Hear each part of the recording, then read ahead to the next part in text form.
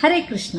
ನನ್ನೆಲ್ಲ ಪ್ರೀತಿಯ ಬಂಧುಗಳೇ, ನಮ್ಮ ಮನೆಗೆ ಫೆಂಗ್ ಶೂಯಿ ವಾಸ್ತು ಪ್ರತಿಮೆಯನ್ನ ತಗೊಂಡ್ಬಂದಿದೆ. ಇದನ್ನ ತಂದ ಮೇಲೆ ನನ್ನ ಬಿಸ್ನೆಸ್ ಅಲ್ಲಿ, ನನ್ನ ಲೈಫಲ್ಲಿ ಆದಂತ ಗ್ರೋತ್ನ ನೋಡಿ ನನ್ಗೆ ತುಂಬಾ ಖುಷಿ ಆಯ್ತು. ಓಕೆ, ಒಂದು ಬದಲಾವಣೆಯನ್ನ ಗಮನಿಸ್ತಾ ಬಂದಿದ್ದೀನಿ.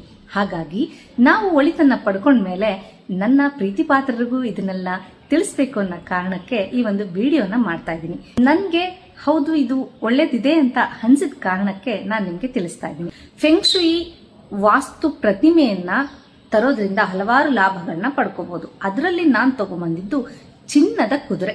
ಈ ಒಂದು ಚಿನ್ನದ ಕುದುರೆ ಏನಿದೆ, ಇದು ಫೆಂಗ್ ಶೂಯಿಯಲ್ಲಿ ಚಿನ್ನದ ನಾಣ್ಯಗಳು ಹಾಗೆ ನಿಧಿಯ ಮೇಲೆ ಹೆಜ್ಜೆಯನ್ನ ಹಾಕುವ ಚಿನ್ನದ ಕುದುರೆಯು ಅದೃಷ್ಟ, ಸಂಪತ್ತು, ಸ್ಥಿರತೆ, ನಿಯಂತ್ರಣ ಹಾಗೆ ಚೈತನ್ಯವನ್ನ ಪ್ರತಿನಿಧಿಸುತ್ತೆ ಅಂತ ನಂಬಲಾಗಿದೆ.